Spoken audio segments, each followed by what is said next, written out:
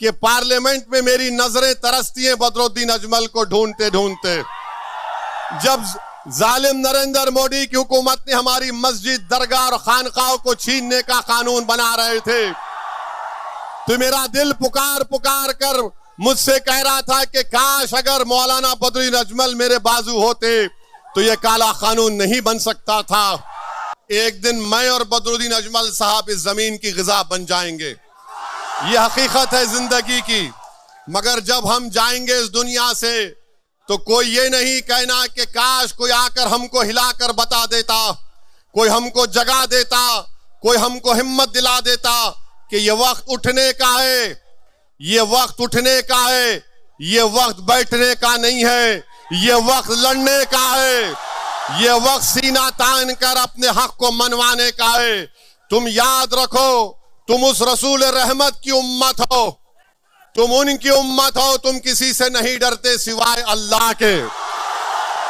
हम मरेंगे इंशाअल्लाह ताला, मगर हमारी मौत लाखों को हयात देकर देगी इंशाअल्लाह ताला। तो मेरे अजीज दोस्तों और बुजुर्गों, 9 तारीख के दिन आपको अपना एक एक वोट ताला चाबी पर बटन दबा कर देना है। ये मैं सिर्फ इस विधानसभा की आवाम से अपील नहीं कर रहा हूं, बल्कि आसाम के तमाम इंसाफ पसंद हिंदू भाइयों से भी अपील कर रहा हूं। मैं आसाम के तमाम इंसाफ पसंद हमारे ट्राइबल भाइयों से बहनों से अपील कर रहा हूं। मैं उन तमाम से अपील कर रहा हूं जो भारत के संविधान को अजीज रखते हैं। मैं उन तमाम मियाँ लोगों से अपील कर रहा हूं, ये वक्त उठने का है मेरे भाई। ये वक्त इंतशार का शिकार नहीं होना है। आपको अपने इस कौम के इस कायद के साथ खड़े रहने का वक्त है जिसने अपनी जिंदगी आपके लिए वक्फ कर दी है। आज आपको इनको कामयाब करना है। आप अंदाजा नहीं लगा सकते कि पार्लियामेंट में मेरी नजरें तरसती हैं बदरुद्दीन अजमल को ढूंढते ढूंढते। जब जालिम नरेंद्र मोदी की हुकूमत ने हमारी मस्जिद, दरगाह और खानकाहों को छीनने का कानून बना रहे थे, तो मेरा दिल पुकार पुकार कर मुझसे कह रहा था कि काश अगर मौलाना बदरुद्दीन अजमल मेरे बाजू होते तो यह काला कानून नहीं बन सकता था। बिस्मिल्लाहिर्रहमानिर्रहीम। अस्सलाम वालेकुम व रहमतुल्लाहि व बरकातहू।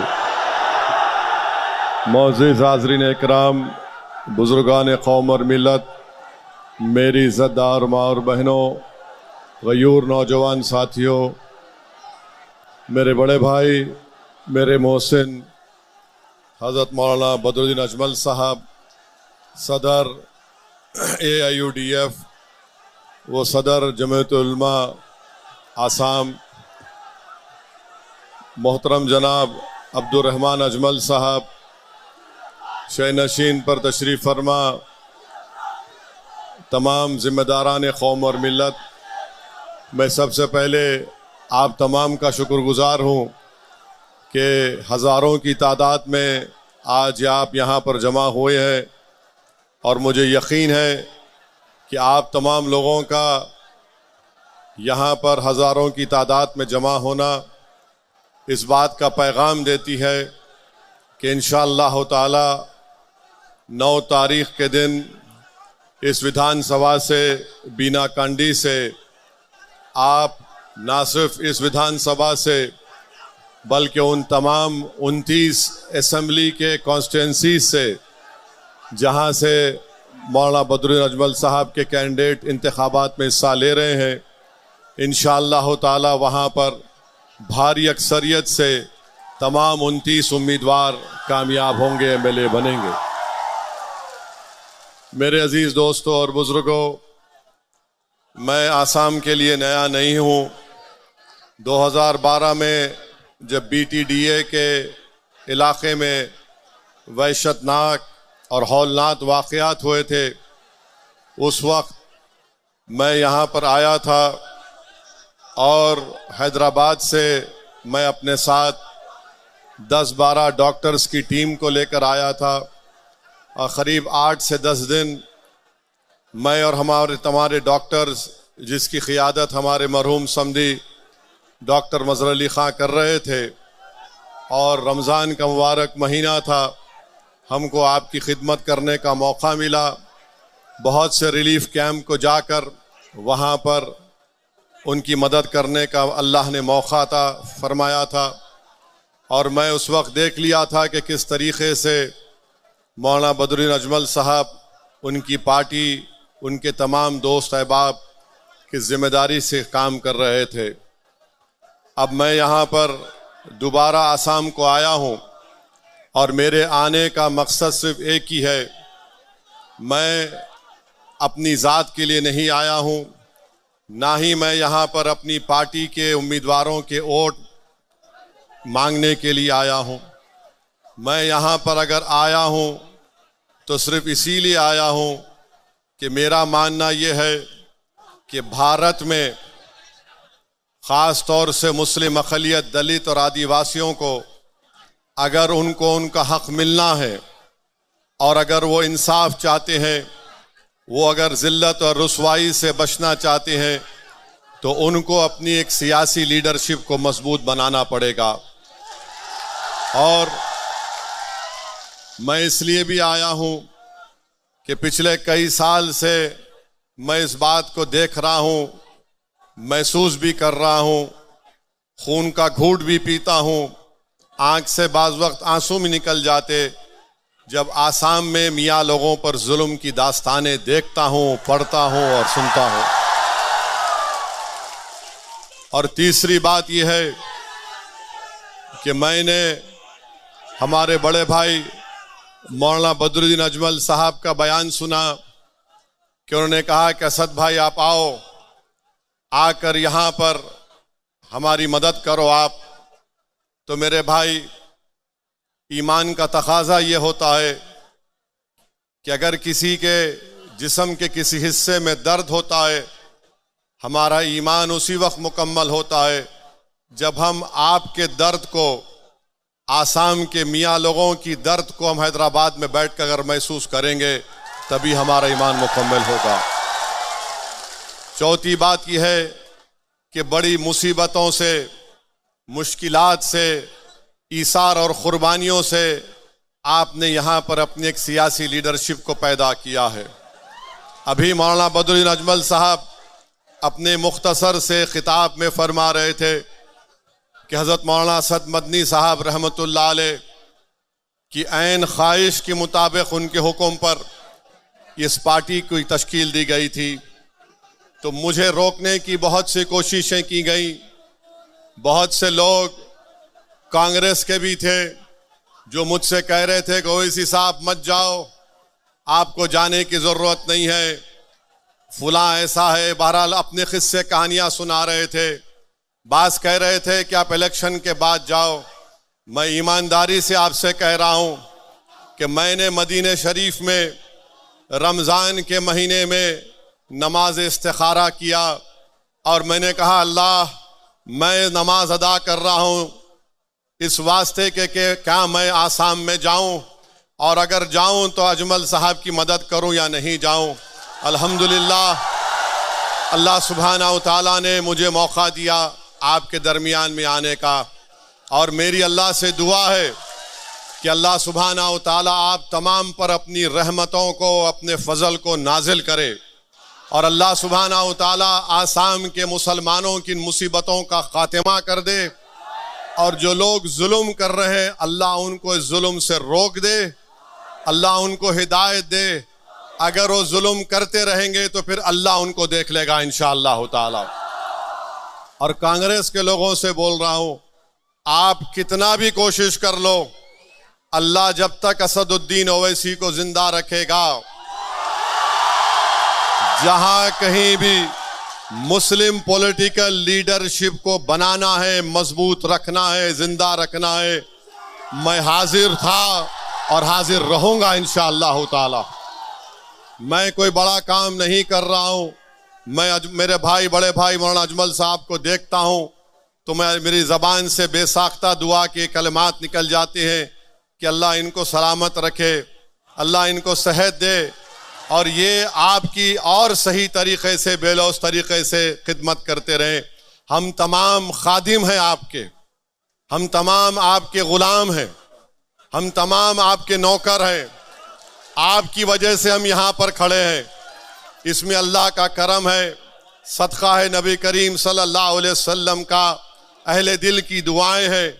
असदुद्दीन ओवैसी कोई बड़ा आदमी नहीं है, असदुद्दीन ओवैसी आपकी तरह आम आदमी है। अल्लाह ने हमको मौका दिया है और हम आपकी खिदमत करने को आए हैं। जब मैं यहाँ पर आया हूँ तो आपसे एक दरख्वास्त करने आया हूँ, बल्कि मैं पूरे भारत के अक़लियतों की तरफ से, जो इंसाफ पसंद है उनकी तरफ से, अपनी तरफ से आप तमाम से भीख मांगने को आया हूँ कि मेरे भाई इस बार पूरे बदरुद्दीन अजमल साहब के कैंडिडेट्स को कामयाब कर दो। याद रखो पूरा भारत आपकी तरफ निगाहें उठाकर देख रहा है। हैदराबाद के लोग आपकी तरफ देख रहे हैं, महाराष्ट्र, मालेगांव, मुंबई के लोग, औरंगाबाद के लोग आपकी तरफ देख रहे हैं, उत्तर प्रदेश के लोग, बिहार के लोग आपकी तरफ देख रहे हैं और ये देख रहे हैं और ये आपसे कह रहे हैं कि अब की बार तुम इंतशार का शिकार मत होना। अब की बार तुम ना मोदी से ना हेमंत बिस्वा शर्मा से डर कर बैठ जाना। वो पुकार कर तुमसे कह रहे हैं कि असदुद्दीन ओवैसी जाकर आसाम के उन गयूर लोगों को बोल दो कि जिनके घरों से बेघर कर दिया गया, अगर हम तुम्हारे साथ खड़े नहीं हैं मगर हम रातों में उठकर तुम्हारे लिए दुआ कर रहे हैं। मुझसे कह दिया कि असदुद्दीन ओवैसी जाके आसाम के अपने मियाँ लोगों से कह दो कि कांग्रेस की मक्कार साजिश का शिकार मत हो। जो मेहनत से आपने अपनी लीडरशिप को तैयार किया है उसको मजबूत करो, उसको मुस्तहकम करो, उसको कामयाब करो। याद रखो एक दिन मैं और बदरुद्दीन अजमल साहब इस जमीन की ग़िज़ा बन जाएंगे। ये हकीकत है जिंदगी की। मगर जब हम जाएंगे इस दुनिया से तो कोई ये नहीं कहना कि काश कोई आकर हमको हिलाकर बता देता, कोई हमको जगा देता, कोई हमको हिम्मत दिला देता कि ये वक्त उठने का है, ये वक्त उठने का है, ये वक्त बैठने का नहीं है, ये वक्त लड़ने का है, ये वक्त सीना तान कर अपने हक को मनवाने का है। तुम याद रखो तुम उस रसूल रहमत की उम्मत हो, तुम उनकी उम्मत हो, तुम किसी से नहीं डरते सिवाय अल्लाह के। हम मरेंगे इंशाअल्लाह ताला, मगर हमारी मौत लाखों को हयात देकर देगी इंशाअल्लाह ताला। तो मेरे अजीज दोस्तों और बुजुर्गों, 9 तारीख के दिन आपको अपना एक वोट ताला चाबी पर बटन दबा कर देना है। ये मैं सिर्फ इस विधानसभा की आवाम से अपील नहीं कर रहा हूं, बल्कि आसाम के तमाम इंसाफ पसंद हिंदू भाइयों से भी अपील कर रहा हूं। मैं आसाम के तमाम इंसाफ पसंद हमारे ट्राइबल भाइयों से बहनों से अपील कर रहा हूं। मैं उन तमाम से अपील कर रहा हूं जो भारत के संविधान को अजीज रखते हैं। मैं उन तमाम मियाँ लोगों से अपील कर रहा हूं, ये वक्त उठने का है मेरे भाई। ये वक्त इंतशार का शिकार नहीं होना है। आपको अपने इस कौम के इस कायद के साथ खड़े रहने का वक्त है जिसने अपनी जिंदगी आपके लिए वक्फ कर दी है। आज आपको इनको कामयाब करना है। आप अंदाजा नहीं लगा सकते कि पार्लियामेंट में मेरी नजरें तरसती हैं बदरुद्दीन अजमल को ढूंढते ढूंढते। जब जालिम नरेंद्र मोदी की हुकूमत ने हमारी मस्जिद, दरगाह और खानकाहों को छीनने का कानून बना रहे थे, तो मेरा दिल पुकार कर मुझसे कह रहा था कि काश अगर मौलाना बदरुद्दीन अजमल मेरे बाजू होते तो यह काला कानून नहीं बन सकता था। मैं आपको जज्बात में लाने के लिए नहीं कह रहा हूं, अल्लाह जानता है। मैं पार्लियामेंट में बैठे बैठे ये महसूस कर रहा था कि काश आसाम के मुसलमान अजमल साहब को कामयाब कर देते, बिहार के लोग हमारे अख्तरुल ईमान को और महाराष्ट्र के लोग मेरे छोटे भाई सैयद इम्तियाज जलील को कामयाब कर देते, तो हम उस काले कानून को रोक सकते थे। मगर खैर अल्लाह के फैसले अल्लाह जानता है। अब आपको ये दिखाना है कि आप अपना एक वोट ताला चाबी पर लगाएंगे। 51 बरस 51 बरस 200 दिन कांग्रेस को सत्ता मिली आसाम में। क्या मिला मियां लोगों को? मियां लोगों को मिला डिटेंशन मिला, मियां लोगों को फॉरेनर्स ट्राइब्यूनल मिला, मियां लोगों को वो तमाम बीटीडीए के वो तमाम मामलात मिले जिसमें हम बेघर हो गए। 51 बरस में वही कानून लैंड ग्रैबिंग का बनाया गया था। कौन था मंत्री? रकीबुल मंत्री थे। उस कानून का इस्तेमाल करके आज ये हेमंत बिस्वा शर्मा जो वक्त का फिरौन बना हुआ है, अल्लाह उसको देख लेगा इंशाअल्लाह ताला। तो कांग्रेस, बीजेपी, मोदी, हेमंत बिस्वा शर्मा, गोगोई ये कभी नहीं चाहेंगे कि तुम्हारी एक आजाद सियासी लीडरशिप पैदा हो जाए। आपको याद दिला रहा हूं, बरसों पहले एक सियासी पार्टी बनी थी, कांग्रेस ने उसको खत्म कर दिया। मुझे बदनाम करते हैं, ये बी टीम है, ये फुला टीम है। सुनो कांग्रेस के दल्लालों, तुम जितनी गाली दे सकते मुझे दे दो। मैं तुम्हारी गालियों से और झूठ से मुतासिर होकर घर में बैठने वाले का नाम असदुद्दीन ओवैसी और बदरुद्दीन अजमल नहीं है। तुम जितना बोलोगे हम उतनी ज्यादा मेहनत करेंगे। और सुन लो हेमंत बिस्वा शर्मा, बीजेपी आरएसएस वालों, तुम मारना चाहते ना हमारे को, तुम हमारी कमर तोड़ना चाहते ना।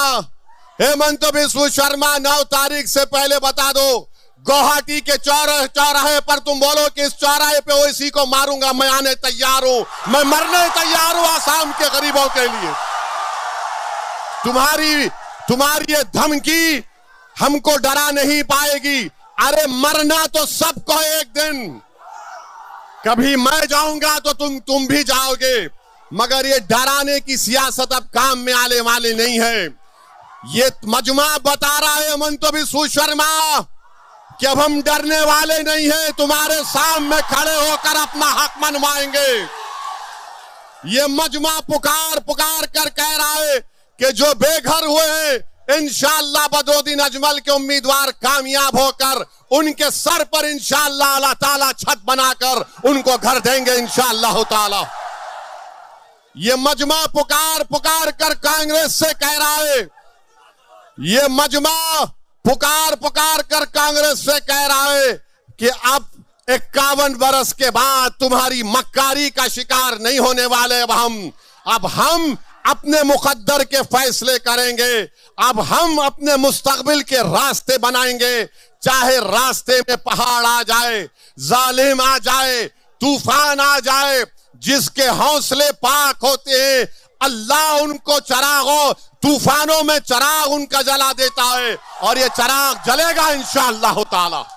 तो मेरे अजीज दोस्तों और बुजुर्गों, मेरी आपसे एक ही गुजारिश है कि एक एक वोट को इस्तेमाल करो, डरने और घबराने की जरूरत नहीं है।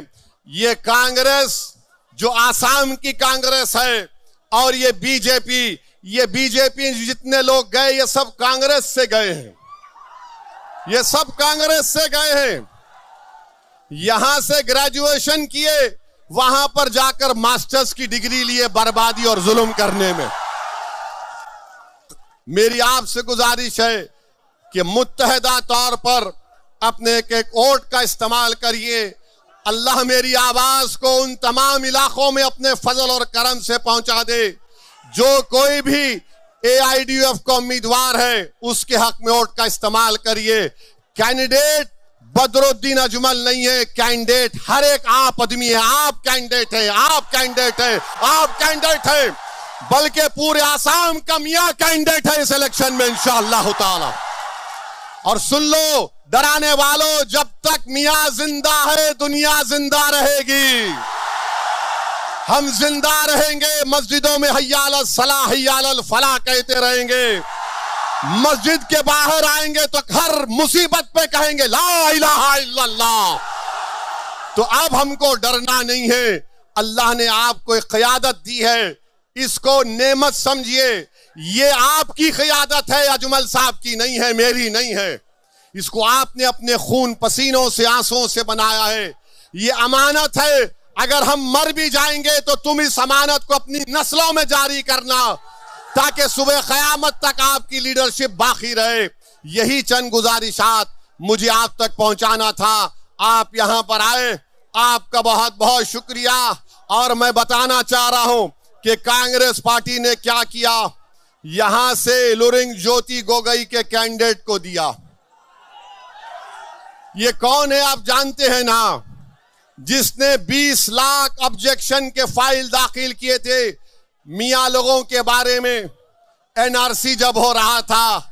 और कांग्रेस ने ऐसे आदमी को मेरे भाई बदरुद्दीन अजमल के सामने खड़ा किया जो आपकी सिटीजनशिप को छीनना चाहता था। अब आपका काम यह है कि जिसका घर जालिम ने लूटा, जिसको गोलियां मार दी, जिसका नाम निकालने की कोशिश की गई, 9 तारीख के दिन आप बाबा साहिब अंबेडकर के संविधान को इस्तेमाल करके इन तमाम का जवाब आपको देना है। जिसको बेघर किया गया उसका जवाब ताले चाबी पर बटन दबाना, जिसको मारा गया उसका जवाब ताला चाबी पर वोट लगाना, जिसके बच्चों को यतीम किया गया उसका जवाब ताला चाबी पर बटन दबाना, जिसको जेल में डाला गया उसका जवाब ताला चाबी खुफल पर वोट डालना, जिसको तकलीफ पहुंची उसका जवाब क्या होगा, बदरुद्दीन अजमल होगा। जिसको मोहब्बत होगी मियां से, जिसको मोहब्बत होगी मियां से, वो ताला चाबी पर बटन दबाएगा इंशाअल्लाह ताला। तो आप लोग 9 तारीख को क्या करेंगे, क्या करेंगे 9 तारीख को, दूर तक बताइए क्या करेंगे 9 तारीख को, क्या करेंगे 9 तारीख को, क्या करेंगे 9 तारीख को। तो लगाओ मेरे साथ नारा, नारे तकबीर, नारे तकबीर, नारे तकबीर। अब मेरे साथ नारा लगाओ, मियां जिंदाबाद, मियां जिंदाबाद, मियां जिंदाबाद, मियां जिंदाबाद। अल्लाह सलामत रखे। अस्सलाम वालेकुम।